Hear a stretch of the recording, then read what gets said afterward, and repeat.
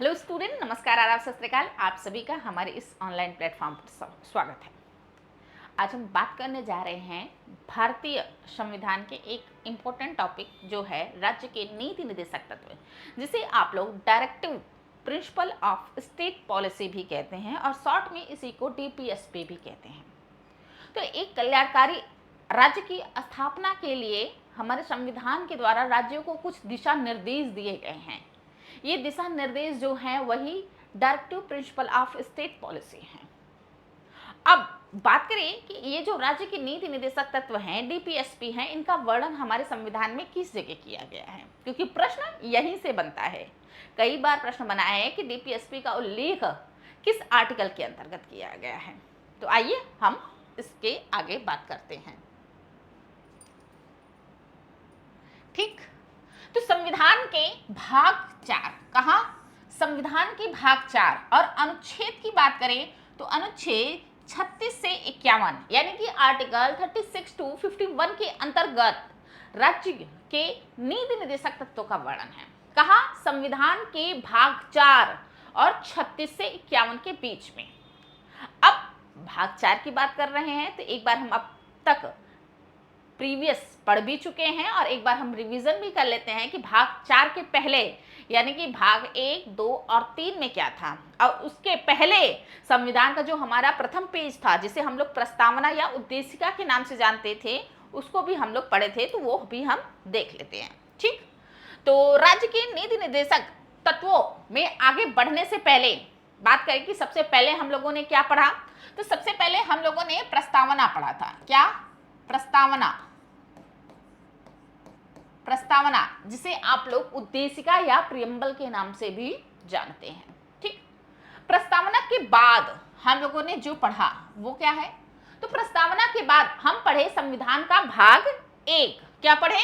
संविधान का भाग 1, जो कि क्या है, संघ और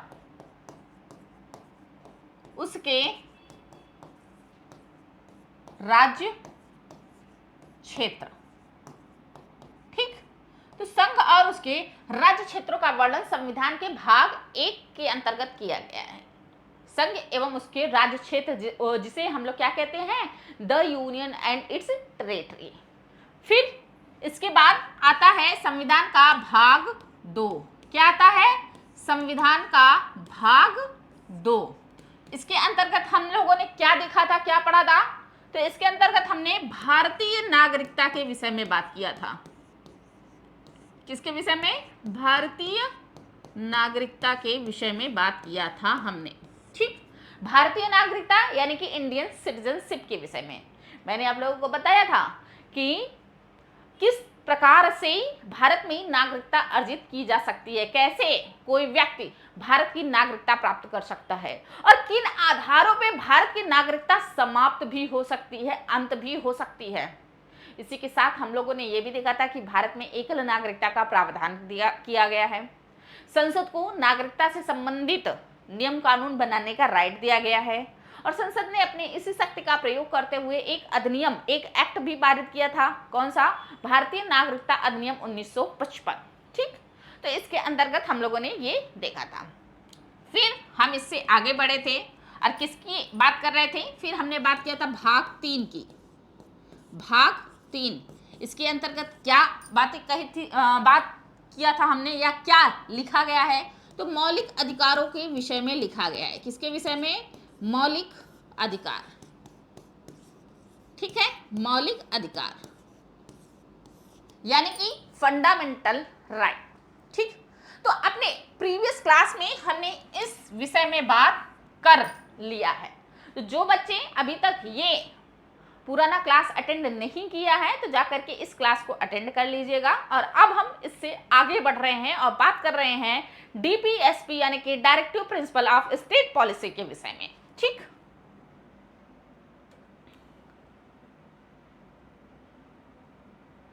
अब जब मैं अपने पुराने क्लास में पढ़ा रही थी तो मैंने बताया था कि जब हमारा संविधान निर्माण हो रहा था उस समय लगभग 60 देशों के संविधानों का अध्ययन किया गया था और अध्ययन में जो नियम कानून अच्छे लगे थे, फिर वो किसी भी देश के रहे हो,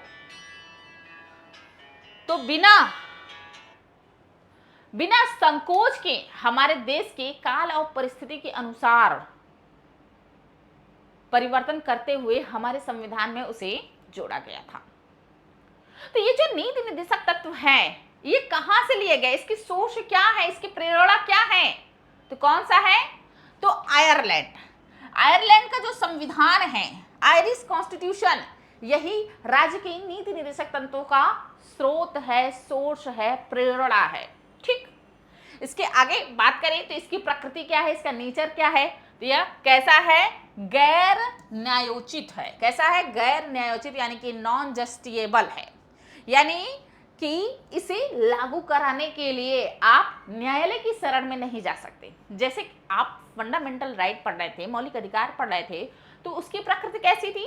उसकी प्रकृति न्यायोचित थी। यानी कि अगर किसी भी प्रकार के मौलिक अधिकारों का उल्लंघन होता है या मौलिक अधिकार नहीं लागू होते हैं, तो आप क्या कर सकते थे? आप कोर्ट की शरण में जा सकते थे। लेकिन राज्य की नीति निर्देशक तत्वों के लिए आप क्या कोर्ट में नहीं जा सकते हैं, यानी कि ये क्या है? गैर न्यायोचित है, नॉन जस्टिएबल है। ठीक,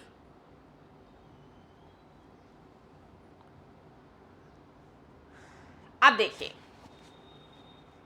अब बात कर रहे हैं इन राज्य के नीति निर्देशक तत्वों का। तो देखिए, संविधान में जो राज्य के नीति निर्देशक तत्वों की जो सिद्धांत हैं, जो नियम हैं, जो विषय बताए गए हैं, उनका वर्गीकरण नहीं किया गया है, लेकिन औपचारिक रूप से इनका वर्गीकरण किया जाता है। अब कितने भागों में किया गया है? 3 भागों के अंतर्गत वर्गीकरण किया गया है। कितने भागों में इनका वर्गीकरण किया जा रहा है? 3 भागों में इनका वर्गीकरण किया जाता है। संविधान में नहीं किया गया, ध्यान रखिएगा, लेकिन विचारों के आधार पे इनका 3 भागों में वर्गीकरण किया जाता है। अब वो 3 भाग कौन कौन से हैं? तो जिसमें हमारा पहला नंबर पर आता है समाजवादी सिद्धांत के आधार पर। क्या आता है?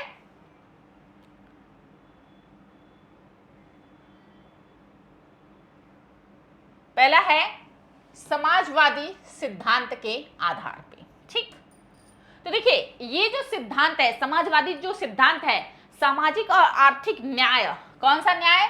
सामाजिक और आर्थिक न्याय सुनिश्चित करने के लिए ही इसे शामिल किया गया है। इन बातों को शामिल किया गया है ताकि एक कल्याणकारी राज्य का खाका तैयार हो सके। ठीक है, तो देखिए, इसके अंतर्गत जो आते हैं आर्टिकल या जो विषय जो समाजवादी सिद्धांतों पर आधारित है। ठीक, नीति निर्देशक तत्व जो है वो 3 भागों में वर्गीकरण करके हम लोग पढ़ते हैं, विचारों के आधार पर। ध्यान रखिएगा, संविधान में इसका वर्गीकरण नहीं किया गया है। ठीक, तो आर्टिकल जो 38 है, कौन सा? आर्टिकल 38। ठीक, आर्टिकल 38 बात क्या करता है? राज्य सामाजिक, आर्थिक और राजनीतिक न्याय सुनिश्चित करने वाले लोगों के कल्याण को बढ़ावा देंगे। क्या करेंगे? राज्य जो है ऐसा प्रयास करेंगे अपने यहाँ कि लोगों को सामाजिक, आर्थिक और राजनैतिक न्याय प्राप्त हो सके। कैसे न्याय? सामाजिक, आर्थिक और राजनैतिक न्याय। ये कहता है कौन सा? आर्टिकल 38। फिर हम आगे बढ़े और बात कर ले किसकी? आर्टिकल 39 और आर्टिकल 39A। तो आर्टिकल 39 और 39A क्या कहता है कि सभी को आजीविका के पर्याप्त साधन, समान कार्य के लिए समान वेतन और समान न्याय और गरीबों को मुफ्त कानूनी सहायता प्रदान किया जाएगा। आर्टिकल 39 कहता है कि सभी को आजीविका के पर्याप्त साधन मिलेंगे, समान कार्य के लिए समान वेतन मिलेगा। समान कार्य यानी कि ऐसा कोई कार्य जिसे कोई स्त्री करे या कोई पुरुष करे तो उसका वेतन समान होगा। अगर धर्म के आधार पर बात करें तो हिंदू धर्म का व्यक्ति करे, मुस्लिम धर्म का व्यक्ति करे या किसी भी धर्म का व्यक्ति करे, उसके कार्य के लिए समान वेतन प्राप्त होंगे। ये आर्टिकल 39 कहता है। वहीं 39A क्या कहता है? समान न्याय और गरीबों को मुफ्त कानूनी सहायता दिया जाएगा। ये 39A। फिर इसके आगे बढ़े और आगे बढ़ेंगे तो बात आएगा किसका, 41A, 41 जो कि समाजवादी सिद्धांत पर आधारित है। तो 41 आर्टिकल 41 क्या कहता है, सभी व्यक्तियों को काम पाने का क्या है, अधिकार है, काम का, कार्य का अधिकार है, साथ ही साथ शिक्षा पाने का अधिकार है, और अगर उसकी शारीरिक स्थिति जो है वह गड़बड़ हो, कैसे गड़बड़ हो, कोई बुढ़ापा हो, बूढ़ा व्यक्ति हो, बीमार व्यक्ति हो या विकलांग व्यक्ति हो, तो ऐसे में क्या है, सार्वजनिक सहायता पाने का अधिकारी होगा। ठीक, यानी कि 41 क्या कह रहा है कि जो भारत के लोग हैं उन सभी व्यक्तियों को काम पाने का अधिकार है, शिक्षा प्राप्त करने का अधिकार है, और जो जरूरतमंद है उसे सार्वजनिक सेवाओं या कहे सार्वजनिक सहायता पाने का क्या है, अधिकार है। अब जरूरतमंद व्यक्ति कौन है, जैसे कि कोई बूढ़ा व्यक्ति है, कोई विकलांग व्यक्ति है या कोई बीमार व्यक्ति है, ये सभी क्या हैं, ये सभी सहायता, सार्वजनिक सहायता पाने के हकदार हैं। ठीक, तो ये रहा समाजवादी सिद्धांत। अब मैंने बताया था कि जो नीति निर्देशक तत्व हैं इनको हम 3 भागों में बांट करके देख सकते हैं विचारों के आधार पे। तो एक रहा समाजवादी विचारधारा, और अब आते हैं गांधीवादी सिद्धांत पर। किस पर, गांधीवादी सिद्धांत। ठीक, तो देखिए जो गांधीवादी सिद्धांत है इसके अंतर्गत एक बहुत ही महत्वपूर्ण आर्टिकल है। कौन सा, आर्टिकल 40। कौन सा आर्टिकल आता है, तो आता है आर्टिकल 40 जो कि ग्राम पंचायतों के विषय में बात करता है, ग्राम पंचायतों के गठन के विषय में बात करता है। हालांकि अभी ग्राम पंचायतों का गठन हो चुका है, हर राज्य में ग्राम पंचायतें हैं जिसे आप लोग स्थानीय स्वशासन के अंतर्गत देखते हैं। गांव में ग्राम पंचायत देखते हैं और नगरों में नगर पंचायत देखते हैं। लेकिन जब मूल संविधान लागू हुआ था उस समय ग्राम पंचायतें नहीं स्थापित की गई थी। उस समय यह कह दिया गया था कि राज्य की अपनी सुरक्षा पर अगर उन्हें लगेगा तो वो अपने यहाँ स्थानीय स्वशासन को स्थापित कर सकते हैं। फिर धीरे धीरे ये जरूरत महसूस हुआ और फिर क्या हुआ कि ग्राम पंचायतों का गठन किया गया।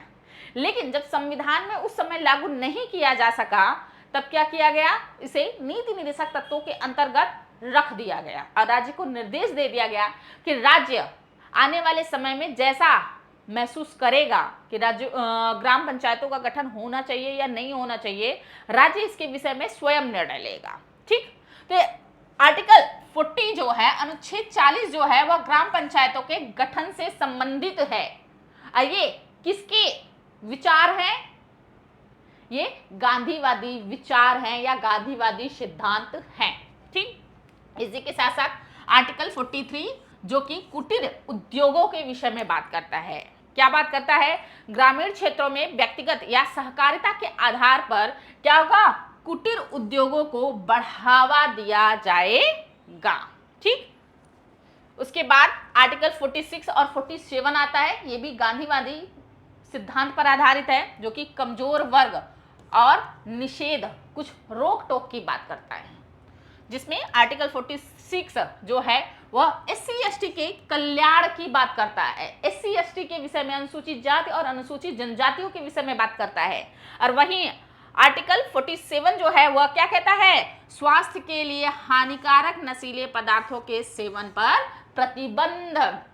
आर्टिकल 47 ही कहता है कि जो मादक पदार्थ हैं, जो हानिकारक मादक पदार्थ हैं, जो स्वास्थ्य के लिए खतरा है, उन पर राज्य जो है वह प्रतिबंध लगाएगी। ठीक, तो आर्टिकल 46 और 47 क्या बात करता है, तो SC/ST के लिए बात करता है और दूसरा बात करता है मादक पदार्थों के विषय में, हानिकारक खाद्य पदार्थों के विषय में। ठीक, अब तीसरा जो हमारा पार्ट है वो क्या है, उदार और बौद्धिक सिद्धांत। ठीक, किसकी बात है, अब तीसरा पार्ट आता है हमारा क्या, उदार और बौद्धिक सिद्धांत। और इसके अंतर्गत जो हमारा बहुत ही मोस्ट इंपॉर्टेंट आर्टिकल है, ध्यान रखिएगा, ये आर्टिकल एग्जाम में कई बार पूछा जा चुका है। कौन सा, आर्टिकल 44। कौन सा? अनुच्छेद 44, ठीक, जो कि बात करता है समान नागरिक संहिता की बात करता है। किसकी बात करता है? यूनिफॉर्म सिविल कोड की बात कर रहा है। अब ये क्या है? तो भारत के पूरे क्षेत्र में नागरिकों के लिए एक समान नागरिक संहिता लागू करने का प्रयास करना। तो आर्टिकल 44 कह रहा है, क्या कह रहा है? कि भारत के पूरे राज्य में एक समान नागरिक संहिता लागू किया जाएगा। देखिए, अगर क्रिमिनल लॉ की बात किया जाए तो क्रिमिनल लॉ से रिलेटेड सभी धर्म के व्यक्ति, सभी व्यक्ति एक समान हैं। सभी धर्म के व्यक्तियों पर एक समान रूप से क्रिमिनल लॉ लागू होता है। लेकिन जब बात सिविल लॉ की आती है, सिविल लॉ के अंतर्गत कौन कौन से आते हैं? जैसे कि विवाह हो गए, ठीक है, विवाह हो गए, आपके उत्तराधिकार हो गए, उत्तराधिकार हो गए,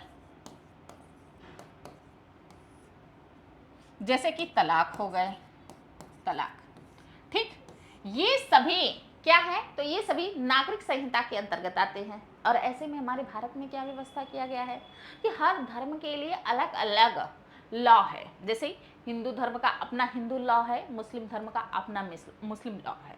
ऐसे में जब संविधान बन रहा था उस समय यह निर्देश दिया गया राज्यों को कि राज्य ऐसा प्रयास करेंगे कि वो अपने यहाँ समान नागरिक संहिता लागू कर सके, ठीक। तो ये जो अपने अपने पर्सनल लॉ हैं, उन पर्सनल लॉ को समाप्त करते हुए एक समान नागरिक संहिता लागू करने की बात करता है आर्टिकल 44, ठीक। अब आगे बढ़ें और बात करें आर्टिकल 45 की। किसकी?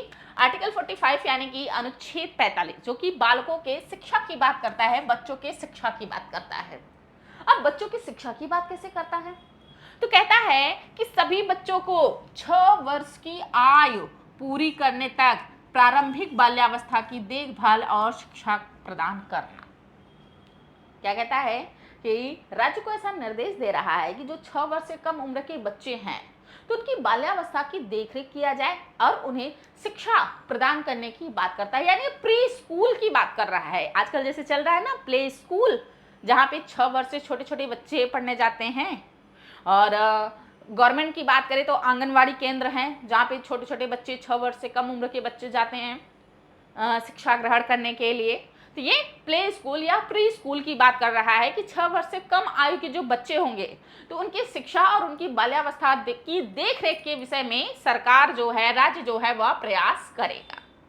उसके बाद एक हमारा और है क्या? आर्टिकल 48A और आर्टिकल 50, ठीक है, जो कि आर्टिकल 40A एनवायरमेंट पर्यावरण की बात करता है और आर्टिकल 50 जो है वो जुडिशरी के विषय में बात करता है, न्यायपालिका से संबंधित विषयों में बात करता है। अब देखिए आर्टिकल 40A क्या करता है, क्या कहता है कि पर्यावरण संरक्षण और वन एवं वन्य जीवों की रक्षा करना। तो अनुच्छेद 48A वो पर्यावरण के संरक्षण की बात कर रहा है, साथ ही साथ जो वन के वन्य जीव हैं उनके विषय में बात करता है, उनकी रक्षा के विषय में बात करता है।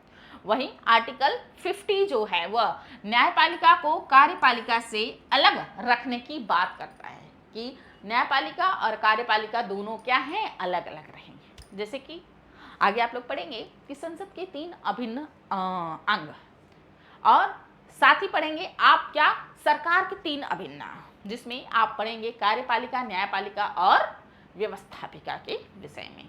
तो व्यवस्थापिका और कार्यपालिका दोनों एक दूसरे से जुड़े हुए हैं, लेकिन न्यायपालिका जो है उसके अलग होने की बात करता है, उसके पृथक्करण की बात करता है आर्टिकल 50, ठीक। अब देखिए मौलिक अधिकार और नीति निर्देशक तत्वों में अंतर क्या है, ठीक। तो देखिए जब आप मौलिक अधिकार पढ़ रहे थे तो जो मौलिक अधिकार की प्रकृति है वो कैसी है, वह नकारात्मक है। कैसी है? निगेटिव है। कैसे निगेटिव है? ये राज्य को क्या है, कुछ काम करने से क्या करते हैं, रोकते हैं। ये कहते हैं राज्य ऐसा नहीं करेगा, राज्य वैसा नहीं करेगा। तो ये क्या कर रहे हैं, राज्य को काम करने से रोक रहे हैं। और वही नीति निर्देशक तत्वों की बात किया जाए तो ये कैसे हैं, ये पॉजिटिव है, ये सकारात्मक है, क्योंकि ये राज्य को विशिष्ट काम करने के लिए क्या करते हैं, प्रेरणा देते हैं, निर्देश देते हैं। तो ध्यान रखिएगा, मौलिक अधिकार यानी कि फंडामेंटल राइट जो है वो नेगेटिव है, और वहीं डीपीएसपी जो है वो क्या है, वो पॉजिटिव है। ठीक, उसके बाद बात हो रही है मौलिक अधिकारों की, तो ये अदालत द्वारा न्यायोचित यानी कि जस्टिसेबल है। इसका मतलब क्या है, तो मैंने शुरुआत में ही बताया कि अगर मौलिक अधिकारों का उल्लंघन होता है तो व्यक्ति कोर्ट की शरण में जा सकता है, यानी क्या है, न्यायोचित है, जस्टिसेबल है। वहीं जो नीति निर्देशक तत्व है वो गैर न्यायोचित है, यानी कि इनकी नहीं लागू होने की दिशा में व्यक्ति क्या कर सकता है, कोर्ट की शरण में नहीं जा सकता। ठीक, इसके अलावा बात करें जो मौलिक अधिकार हैं, इनका उद्देश्य देश में राजनीतिक लोकतंत्र की स्थापना करना है। वहीं बात करें नीति निर्देशक तत्वों की, तो इनका उद्देश्य क्या है, सामाजिक और आर्थिक लोकतंत्र की स्थापना करना। तो मौलिक अधिकार जो है वो राजनीतिक लोकतंत्र के स्थापना की बात कर रहा है, पॉलिटिकल डेमोक्रेसी की बात कर रहा है। वहीं नीति निर्देशक तत्व जो है वह सोशल एंड इकोनॉमिक स्टेब्लिश की बात कर रहा है, सामाजिक और आर्थिक लोकतंत्र के स्थापना की बात कर रहा है। ठीक, अब देखिए मौलिक अधिकार और नीति निर्देशक तत्वों के विषय में एक केस है, कौन सा, मिनर्वा मिल्स मामला 1980। ध्यान रखिएगा ये केस। ठीक है, तो मिनर्वा मिल्स मामला 1980 में माननीय उच्चतम न्यायालय ने कुछ कथन दिया है। क्या कथन दिया है या क्या वक्तव्य कहा है, तो इस मामले में सुप्रीम कोर्ट कहता है कि भारतीय संविधान की नींव मौलिक अधिकारों और नीति निर्देशक तत्वों के बीच संतुलन पर टिकी है। क्या कह रहा है कि जो भारतीय संविधान की नींव है, बेस है, वो मौलिक अधिकार और नीति निर्देशक तत्वों के बीच संतुलन पर टिका हुआ है। दोनों क्या है, एक दूसरे के पूरक और सहयोगी है। ठीक, तो नीति निर्देशक तत्व और मौलिक अधिकार दोनों क्या है, एक दूसरे के पूरक और सहयोगी हैं। मौलिक अधिकार यानी कि फंडामेंटल राइट, जिसका वर्णन संविधान के भाग 3 में किया गया है, पार्ट 3 में किया गया है। वहीं डीपीएसपी जो है, डीपीएसपी ध्यान रखिएगा, संविधान के भाग 4 में किया गया है इसका वर्णन। कहाँ, संविधान के भाग 4 में। ये रहा आपकी नीति निर्देशक तत्व। आशा करते हैं कि अब आप लोगों को राज्य की नीति निर्देशक तत्व समझ में आ गया होगा। तो इसलिए आज का ये जो लेक्चर है, ये जो टॉपिक है, वो हमारा समाप्त होता है। फिर मिलेंगे नेक्स्ट टॉपिक, और जो कि होगा हमारा मौलिक कर्तव्य यानी कि फंडामेंटल ड्यूटीज। तो फिर मिलते हैं नेक्स्ट डे, तब तक के लिए tata bye bye, see you.